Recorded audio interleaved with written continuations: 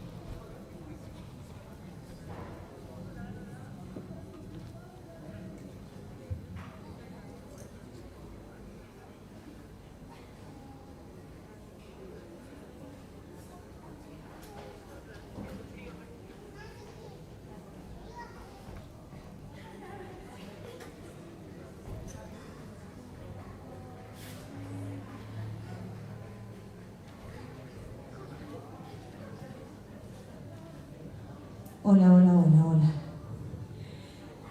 Bueno, esta es una canción, ¿no? Nuestro himno, para poder compartir la acción de cantar juntos, revalorizar algunas instancias de comunión. Va a ser a capela, así que cantemos entre todos. Oh, inmortal es el grito sagrado, libertad, libertad, libertad. Hoy del ruido de rotas cadenas, desde el trono a la noble igualdad, ya su trono dignísimo abrieron las provincias unidas del sur, y los libres del mundo responden al gran pueblo argentino. Salud al gran pueblo argentino. Salud, y los libres del mundo responden al gran pueblo argentino. Salud, y los libres del mundo responden al gran pueblo argentino. Salud. Sean eternos los laureles que supimos conseguir, que supimos conseguir, coronados de gloria vivamos.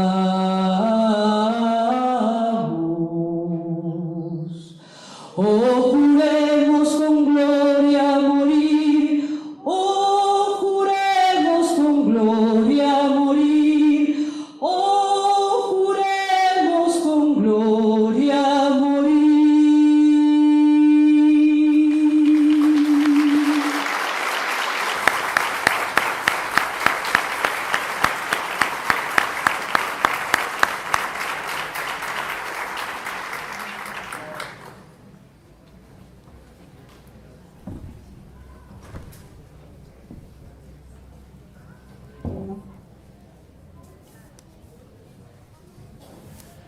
Bueno, ante todo, la Fundación Universitaria Popular de Escobar, tenemos una serie de agradecimientos importantísimos que tienen que ver con, en principio, con agradecerle a todo Cosquín el habernos abierto las puertas, a la provincia de Córdoba, a todos ustedes por estar aquí. Uno sabe que están cansados a lo mejor de trabajar, que uno tiene ganas de estar en la casa, y sin embargo están haciendo un acto de militancia, si se quiere, de militancia con los derechos humanos. Así que, en principio, como rector y presidente de la Fundación Universitaria Popular de Escobar, que yo no se los dije, pero nuestro secretario académico es nada menos que Atilio Borón, que va a ser quien va a cerrar estas jornadas. En nombre nuestro queremos agradecerle a todo Cosquín y a todo Córdoba la posibilidad de poder abrir las puertas de nuestra institución educativa. Así que, en principio, muchas gracias. Hola. Bueno, leemos algunos agradecimientos a la Municipalidad de Cosquín, a la Secretaría de Cultura de Cosquín, a la Mesa de Derechos Humanos de Cosquín, que nos dieron una mano enorme para poder armar todo esto, para que ustedes entre todos lo podamos disfrutar, a Paola Bernal, a la Secretaría de Derechos Humanos de la provincia de Córdoba, a Héctor Agustín Tosco, Comité por la Libertad de Milagro Sala Córdoba, a Marcelo Balco, a Carlos González Quintana, Fernando Cabaleiro, del Sindicato de Luz y Fuerza de Córdoba, SADOP, Delegación Cosquín, a la Escuela de Arte Emilio Carafa, al Cuarto Patio, a la Librería Espartaco, y adhieren a estas 3 jornadas la Universidad de Avellaneda, la Universidad de 3 de Febrero, la Universidad de San Martín, Cuica de Avellaneda, el Instituto de Cultura de la Municipalidad de Cañuelas, la Cooperativa La Caterva, la Cooperativa La Minga, INTI, el INTI de Cruz del Eje, la Biblioteca Nicolás Avellaneda de Cosquín, el SEDMA de Almacé, el SEDMA de Cosquín, el SEDMA de Valle Hermoso. A todos ellos, muchísimas gracias.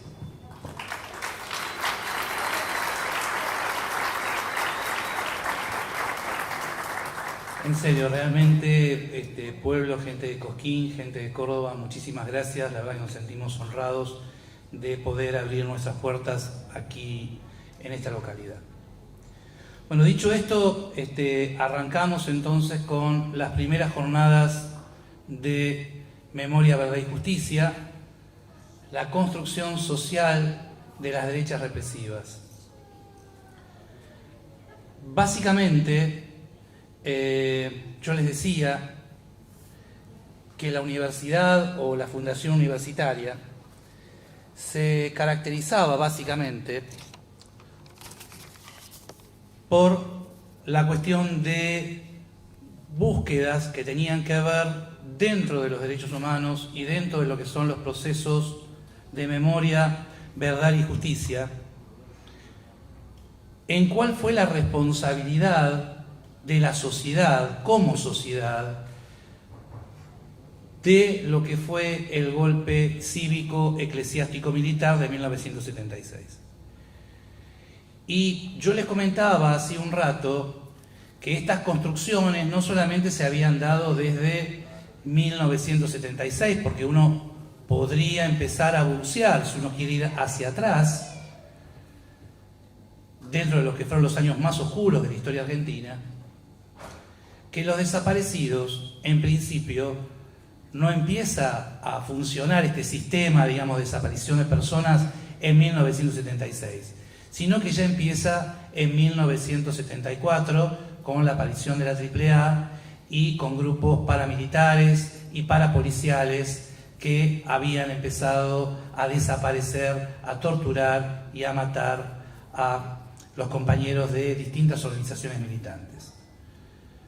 La posición básicamente que tiene la Fundación Universitaria o la universidad, para decirlo genéricamente, es que el estado de situación crítica que había en ese momento era un estado que podríamos denominar prerevolucionario. Y en ese estado prerevolucionario hubo una reacción genocida que tuvo que ver justamente con el rechazo a la ampliación de derechos básicamente de los trabajadores.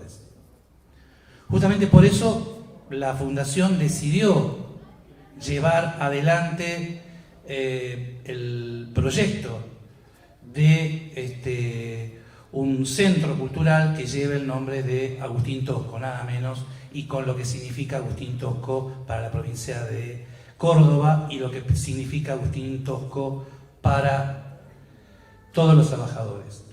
Yo no sé si ustedes tienen este dato fáctico, digo, de hecho, dato duro de la realidad, donde cuando se habla de los desaparecidos uno piensa, ah, bueno, eran todos grupos combatientes. No, el 75% de los desaparecidos eran trabajadores.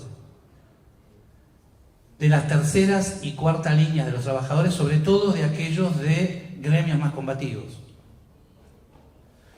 Entonces, cuando uno analiza la historia argentina, y uno, ahí lo veo allá parado a un amigo y un docente de la universidad, Marcelo Balco, que habla justamente sobre el genocidio desde la época de Roca y desde antes, y uno empieza a ver y a formularse la lógica de las derechas y de los grupos hegemónicos y de las oligarquías en Argentina, y uno entonces se da cuenta de que hay una lógica de continuidad, hay una lógica de coherencia, si se quiere, en estas derechas genocidas. Que uno podría hablar de lo que fue la generación del 80, que uno podría hablar de lo que pasó dentro del propio gobierno de Irigoyen, de lo que pasó en la década infame, de lo que pasó en el propio gobierno del general Perón, con Rincón Bomba y la matanza de los Pilagá, de lo que pasó en los fusilamientos de José León Suárez, de lo que pasó en todos los años de resistencia y proscripción del peronismo durante toda la década del 60, y de lo que trágicamente ocurre en el golpe de Estado de 1976 hasta 1983. Podríamos continuar con muchos compañeros luchadores, muchos compañeros de gremios que en distintos piquetes y en distintas luchas gremiales han perdido la vida, como Fete Alba, o como podríamos decir en la actualidad la figura de una presa política como Milagros Sala. Entonces, hay una lógica de continuidad. Y entonces, bueno, justamente dentro de esa continuidad vemos cuáles son los consensos sociales, porque si no hay consenso social, estos genocidios o estas represiones no podrían darse. Por eso hablamos de construcciones y hablamos de consenso. Ya desde la época, en los albores de la modernidad, tipos filósofos como Hume hasta el propio Antonio Gramsci se preguntaban básicamente acerca de por qué, las sociedades permitían que estas represiones, estos genocidios podían ocurrir dentro de la sociedad. Y obviamente lo va a decir Gramsci, la palabra que empieza a circular es consenso. Hay consensos sociales para que esto ocurra. No hubiese existido Auschwitz, la Shoah, ¿no?, el genocidio judío, si no hubiese habido consensos.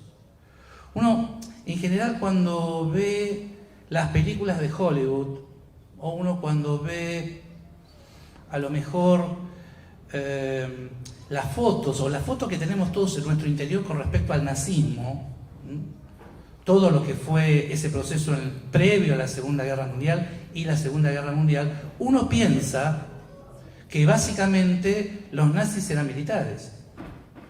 Sin embargo, el nazismo llegó al poder justamente con el voto popular. ¿Qué tal? ¿Cómo estás? Bien. Llegó justamente, les decía, con el voto popular. Y entonces hay muchas fotos de registro, donde justamente no se ve, se lo ve a Hitler pasando y caminando en épocas donde ya se sabía que había campos de concentración y que la gente lo sabía. La gente lo sabía. En la década del 30 Estados Unidos lo presenta al propio Hitler, Estados Unidos, para el Premio Nobel de la Paz. No sé si sabían este dato, ¿no? Y ya hacía ya varios años que se sabía que había campos clandestinos, ¿no? Entonces digo, hay consensos, hay construcciones sociales que lo permiten. Básicamente, yo creo que si hubo una revolución así como importante, aparte de la revolución neolítica, aparte de las revoluciones industriales, creo que la Revolución Francesa fue una revolución interesante, muy interesante, porque instala la cuestión de la igualdad de los hombres, ¿no? Instala las bases de la Declaración de Igualdad de los Hombres, de los derechos de los hombres, donde se dice, somos todos iguales. Sin embargo, yo creo que, y por otro lado da las bases, ¿no?, de todo lo que es el republicanismo, de todo lo que son las democracias modernas, ¿no? Libertad, igualdad, fraternidad, como características del hombre, como características de las sociedades. Pero yo creo que arranca mal y arranca con una contradicción estructural. La misma clase social, que por un lado habla de la igualdad del hombre y habla que en la democracia vamos a ser todos iguales, es la misma que da una revolución que sostiene al capitalismo, que sostiene justamente todo lo contrario, que no somos todos iguales. Entonces ahí empieza un cortocircuito entre una cuestión estatal que tiene que ver justamente con los derechos del hombre y por otro lado un modelo económico que apunta a la acumulación y a lo individual, ¿no? Hay un ruido ahí. Y que muchas veces, desgraciadamente, como forma estructural de las sociedades modernas, aparecen los genocidios. Los genocidios, aunque sea difícil de digerirlo, son desgraciadamente estructurales a las sociedades modernas, occidentales.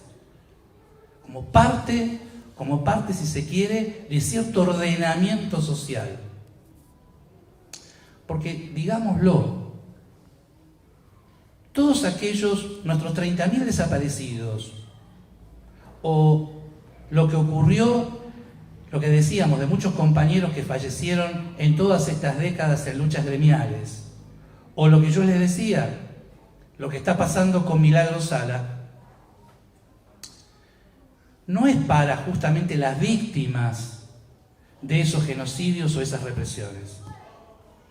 Porque en definitiva sabemos que los 30.000 desgraciadamente están muertos, sino que tiene que ver con el resto de la sociedad. Es una forma de disciplinamiento. ¿Ven lo que ocurre? ¿Ven si militan lo que pasa? ¿Ven si opinan lo que pasa?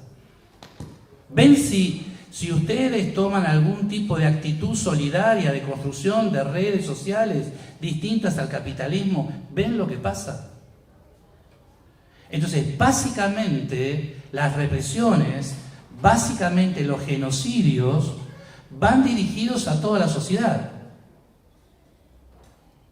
Y encima, los otros días, allá en las jornadas de Memoria, Verdad y Justicia, las cuartas de Escobar, estaba Raúl Noro, el esposo de Milagro, con nosotros, y justamente nos decía que cómo querían quebrar a muchos tupaqueros, a muchos compañeros de Milagro, para que justamente no la señalaran y se quebraran y la denunciaran en todo lo que son los procesos judiciales inventados que les están armando. Y justamente comentábamos esto. Una de las características que tenía Treblinka, Auschwitz en la Shoah, tenía que ver con el quiebre de la gente, o sea, la delación. No solamente la solución final, sino decir, ven, a partir de la tortura, no importa la tortura, pero ven, este pueblo merece ser muerto, merece ser ejecutado, merece ser víctima de la solución final. ¿Por qué? Porque ven, hasta están entregando a sus propios hermanos. Lo mismo están haciendo con los tupaqueros allá en Jujuy, ¿no? Decir esto, ojo, miren, acá hay alguien que está traicionando, aquí hay alguien que está traicionando. ¿Ven? Por eso nosotros los tenemos que reprimir, porque en realidad son todos traidores. Si se están traicionando entre ellos mismos, ¿de qué construcción política me están hablando? Entonces, ahí es donde este tipo de disciplinamiento social va dirigido hacia toda la sociedad, no solamente hacia la víctima directa de la represión y el genocidio. Entonces, por eso digo, después de 40 años de lucha de los organismos de derechos humanos, se empieza a hablar justamente de que no fue un golpe militar, de que fue un golpe cívico, eclesiástico-militar. Entonces decíamos, sin consenso no hubiese sido posible, por ejemplo, ni Armenia, ni Argelia, ni el proceso. Les voy a contar una anécdota, para que vean hasta dónde llega a veces la responsabilidad de la sociedad. Yo no sé si ustedes, y es una pregunta, no va a ser una pregunta retórica, para que podamos interactuar y que podamos hablar entre nosotros. ¿Saben cuál fue el primer paro que se le hizo a la dictadura? Alguien que tienen, arriesguen. ¿Quién? Portuarios. No, en el 77, en dos localidades, una aquí en Córdoba y otra en Vicente López, localidad donde yo vivo, hubo dos paros. Y ese paro fue de los sepultureros, en los cementerios. ¿Por qué? Porque le decían justamente a las autoridades locales del proceso que estaban trabajando doble, porque tenían que enterrar gente debajo de los cajones, o levantar cajones para poner a alguien abajo, o en un mismo cajón poner dos personas. Entonces pararon, no por lo que estaba pasando, sino porque le estaban pagando poco. Esos son los consensos, esas son las responsabilidades, cuando nosotros desde la universidad nos hacemos este tipo de preguntas. Les cuento otra anécdota local. Me pasó con mi compañera de vida, con Mónica. Habíamos ido a verla el 25 de diciembre, fuimos a verla a Milagro Sala, a la cárcel. Fue una experiencia, la verdad, no solamente abrumadora, sino hasta, yo diría, la Tupac tiene hasta cuestiones místicas para poder explicarlo de alguna forma. La verdad que fue una experiencia, la verdad que para mí muy importante. Habíamos ido a verla y estábamos caminando por el centro de la plaza y vemos un rondín de la policía que estaba sacando chicos menores de edad detenidos, esposados, y los paseaba por la plaza. O sea, digo, chicos menores esposados, paseados para el escarnio, digamos, de toda la sociedad hacia esos chicos. Ahora, la gente no decía nada, es más, la gente movía la cabeza así como, ¿no? Qué bárbaro, miren, se merecen esto que le está pasando. Pues son negritos, son chorizos, ¿no? Son pibechorros. Hay un consenso en Jujuy para que eso pase.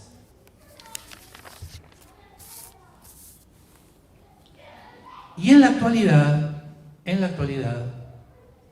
nuevamente y desgraciadamente, se está nuevamente instalando la teoría de los dos demonios. O sea, la teoría de que había dos malos que surgieron de una lechuga, la sociedad no tuvo nada que ver, no se reconoce que estábamos en un estado prerevolucionario, que por eso se combatía, no se reconoce que por otro lado había sectores del trabajo que buscaban ampliación de sus derechos laborales. No. Fueron dos malos que se pelearon en una sociedad virginal que prácticamente desconocía todo. Entonces, hay una batalla cultural que tenemos que dar. Y estos encuentros, estas jornadas, estos espacios, digo, no solamente esto, hay que multiplicarlos. Permanentemente tenemos que fortalecer y llevar adelante estas batallas culturales, por más chiquitas que sean, respecto a lo que fueron los genocidios. Porque nos puede volver a pasar. Desgraciadamente nos puede volver a pasar. Uno piensa que estaba superado esto de lo que dijo, por ejemplo, el general Saint-Jean en en una comida ya por el 77, decía, primero vamos a matar a los subversivos, los vamos a matar a todos. Después vamos a matar a los amigos y a los familiares. Y por último vamos a matar a los indecisos. O sea, en definitiva los vamos a matar a todos, ¿no? Básicamente es eso. Pero por otro lado, yo recuerdo, y lo voy a parafrasear, no recuerdo exactamente las palabras, pero recuerdo que alguien dijo, ¿no?, escribiéndole a un general, bueno, primero mate a los indios, a los guerreros, ¿no?, originarios, pues son los que luchan en contra de la civilización. Después mate a las mujeres también, porque son ellas las que reproducen, ¿no?, justamente estos guerreros que luchan contra nosotros, estos tipos, estos salvajes. Pero después mate a los niños, porque tienen la semilla de la incivilización dentro de ellos. Mátelos a todos en general. Y uno dice, wow, bueno, lo dijo seguramente Camps, lo dijo Menéndez, lo dijo Videla. No, a todos aquellos que somos docentes nos debe picar, porque lo dijo Sarmiento. Se lo dijo Sarmiento a Roca. Entonces, digo, si los que somos docentes, todavía acá hay muchos docentes, si los que somos docentes y todavía seguimos festejando el día de el maestro en función de, ya no recuerdo, porque como que lo mando al inconsciente, el nacimiento o la muerte de Sarmiento, y lo seguimos festejando, y festejamos un tipo que tenía, mate gaucho, mi general, sangre roja es lo único humano que tiene, le decía Mitre, ¿no? El Estado no se tiene que encargar de los pobres porque son míseras cucarachas. Un tipo así es el tipo que marca la educación argentina, ¿no? Por lo menos lo tenemos como el gran héroe educativo. Entonces, creo que si seguimos teniendo este tipo de paradigmas, pasa lo que vamos a ver ahora en una peliculita, antes de que pueda presentar aquí a mi amigo, con respecto a lo que está pasando en la educación en el día de la fecha.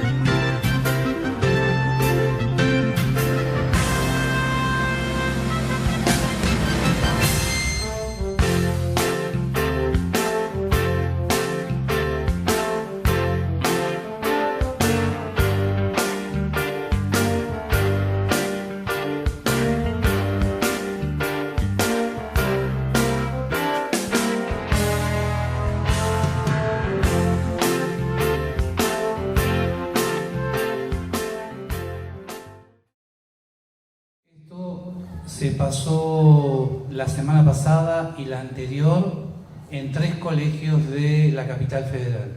En una, gracias a Dios, la docente y la directora fue separada de la institución, pero esto ocurre, sobre todo porque la directora pidió un aplauso para chicos de 11 años, ¿sí? Chicos de 11 años se les pidió que aplaudieran después que se pasó este video.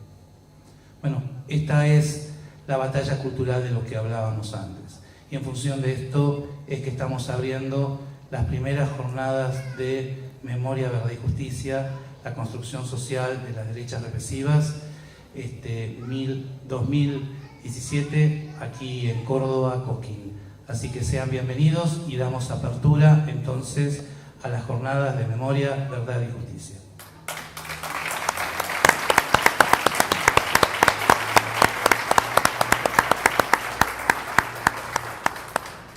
Yo les decía que en función de la lucha de los trabajadores y de la lucha de los trabajadores en Córdoba,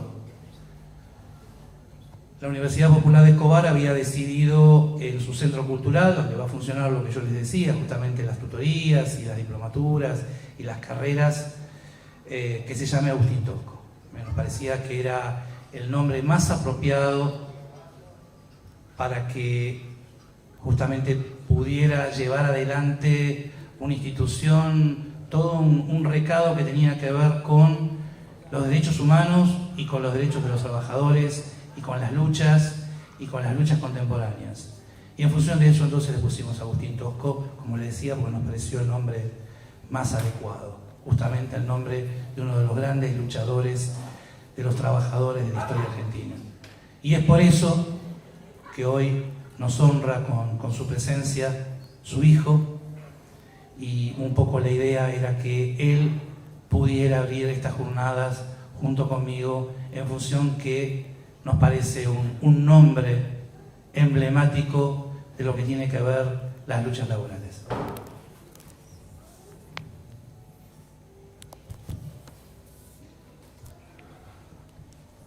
Bueno, buenas tardes.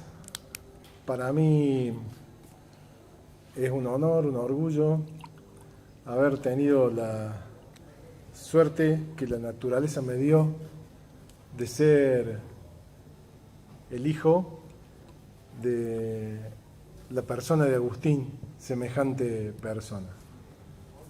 Tuve la suerte porque, digo esto, porque me toca estar en este lugar hablándoles a ustedes, agradeciéndoles, sobre todo a quienes tomaron la decisión de honrar a mi viejo, poniéndole su nombre al centro cultural, a un lugar que refleja particularmente la permanencia en el tiempo de toda la lucha que Agustín, junto a sus compañeros de trabajo y a sus compañeros de militancia, llevaron adelante. Es lo que quiero aclarar, porque bajo ningún punto de vista siento que tenga alguna diferencia en cuanto a ustedes para hablar de Agustín o para hacer alguna otra cosa. El video que acabamos de ver lo había visto en parte, pero bueno, no solo que indigna profundamente, sino que nos trae el deber de trabajar, de militar, de esforzarnos por contrarrestar la presencia del pasado hoy, aquí, lo que hoy se llama grieta es lo que en el pasado nos consideraba a las grandes mayorías, a los trabajadores, como enemigos. esas personas, que obviamente no solo son las 2 maestras o 3 maestras, sino que hay una producción detrás, son quienes hablan del enemigo, y el enemigo en sí mismo somos todos nosotros. ¿Por qué?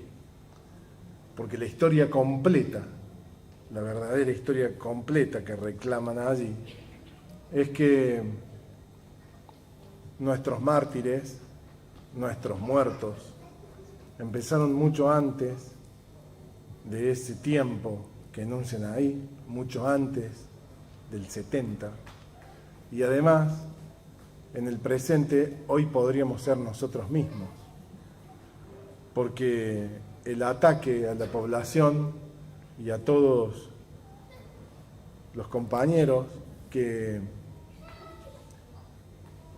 a quienes tristemente le quitaron su vida, no eran todos combatientes, todo eso lo sabemos y esa es la historia completa. La gran mayoría de nuestros compañeros que ya no están, que no están por no ser corruptos, por no transar. Voy hilando las cosas que escuchaba de Saya cuando hablaba de los consensos y todas estas cosas, que la decisión de eliminar a nuestros compañeros, entre ellos a Agustín, más allá de que no fue asesinado,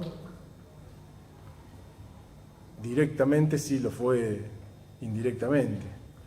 Y esa decisión es porque nuestros compañeros no iban a transar y porque culturalmente tenían una formación tal que no les permitía hacer eso y no les permitía ser traidores, como finalmente se los empieza a pintar desde los medios de comunicación. Hay una revista de aquel tiempo que se llama la revista El Caudillo, que si buscan un poco en internet van a encontrar copias de esa revista, que también gente de la Universidad de Buenos Aires se preocupó de escanearlas y están a disposición, y ahí verán la similitud de los tiempos en cuanto a la construcción para aplicar la represión. El discurso de Bullrich y de este gobierno y la preparatoria de Morales en Jujuy son cosas que se pueden ver que ya han ocurrido en el pasado. También puede verse que no han resultado, porque acá estamos. Nunca, jamás, esos genocidios y esa barbarie, poniendo el título de Sarmiento al revés, Civilización y Barbarie, lo planteaba como que la barbarie eran nuestros gauchos y la barbarie era él en sí mismo. La barbarie para él era la civilización. Y eso es tal cual hoy, es igual, digamos, cuando uno escucha al ministro de Educación actual, cuando escucha al presidente actual, cuando lo compara con los gobiernos que se han dado y por suerte continúan en Ecuador y en Bolivia en la última década, uno fácilmente puede darse cuenta dónde está la brutalidad y dónde está la civilización. Hoy nos gobierna la brutalidad porque hoy tenemos presos políticos, hoy tenemos despidos que ya son incontables, hoy tenemos un plan económico igual al de Onganía, hasta, no sé si lo hacen a propósito o solo por la brutalidad, el Ministerio de Economía del gobierno de Onganía se llamaba el Ministerio de Hacienda. Y este gobierno, cuando llegó, le cambió el nombre al Ministerio de Economía y le puso el Ministerio de Hacienda, igual al tiempo de la dictadura. De la dictadura que mató a Pampillón, de los gobiernos que nos quitaron a Máximo Mena, a Hilda Guerrero de Molina, a Bello, a Blanco, en Rosario y en Resistencia. Todos los mártires que cayeron antes de que se produzca el cordobazo y el rosariazo. Todos los mártires que finalmente ponen en la historia a la gesta de Córdoba y también al movimiento obrero cordobés, a la CGT de los argentinos, y particularmente el nombre de Agustín Tosco, que han elegido para el Centro Cultural. No es que Agustín haya elegido lo que le pasó, para nada. Es que los hombres, las generaciones, siempre consiguen sintetizar el ataque que están recibiendo y finalmente llegan a una organización para enfrentarlo, a pesar de los genocidios. La brutalidad no aprende eso y lo sigue haciendo, y eso es una muestra de lo que son. Solo tienen dentro de su biblioteca el dinero, lo único que manejan, la productividad. No pueden ver, no pueden sentir lo que le pasa al compatriota, no pueden ver más allá de lo que ocurre dentro de su círculo. Los sentimientos están limitados a un círculo de muy corta distancia. Para esta clase de personas, alguien que está lejos, alguien que está en el norte, no interesa. Alguien que no ven no interesa, y alguien que no rinde o no les produce a su interés no es considerado. Así proceden y en ese camino asesinan. Finalmente asesinan cuando no pueden cambiar a las personas que primero son tratadas como objetos, los tratan de corromper, y cuando no pueden lograr tomar ese objeto, lo transforman en objetivo para eliminarlos. Así nos ocurrió, y la historia completa es que en 1975 y 74 las bandas parapoliciales al servicio de los civiles, que es la primera mano que echaron, comenzaron a asesinarnos. En Córdoba liquidaron a la familia Pujadas, mataron a nuestro compañero Atilio López, asesinaron al Cuqui Curuchet, abogado de combatientes y de trabajadores. Acorralaron a Agustín y a muchos más. Agustín se refugió aquí en el Valle de Punilla y particularmente tuvo contacto con gente de Cosquín. Me parecía que era importante decirlo aquí. La compañera Insaurralde, que finalmente es cruelmente ejecutada, secuestrada y ejecutada. Desde aquí, desde Cosquín, desde Santa María, el compañero Tosco escribía el periódico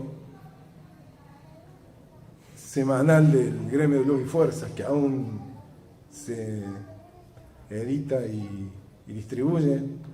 En aquel tiempo fue periódico clandestino y lo distribuían compañero Di Tofini, compañero Caffarati, compañero Cabral, compañero Medina, que eran las personas que estaban cerca de Agustín. Lo distribuían en los lugares de trabajo jugándose la vida, porque en aquellos tiempos la dirección de EPEC armaba las listas para echar, despedir y secuestrar. Entonces es un lugar particular el Valle de Punilla. Aquí enfermó Agustín en la falda, lo atendieron y bueno, finalmente termina de enfermarse y fallecer en la capital federal. En ese tiempo Agustín se llamaba Oscar Arias y ese era el nombre con el cual se lo atendió y de cierta forma, dentro de las posibilidades, se lo protegió. Agustín y los trabajadores de Luz y Fuerza no atacaron a las Fuerzas Armadas. Eso es parte de la historia completa. Sin embargo, quienes les nombré recién, Caffarati y Di Tofino, luego del fallecimiento de Agustín y recibido el golpe de Estado por todos, fueron secuestrados y desaparecidos. La historia completa es que los delincuentes de siempre, los delincuentes que han entregado nuestros recursos y nuestra patria, muchos de ellos hoy están en el gobierno, sino quienes les han seguido sus pasos.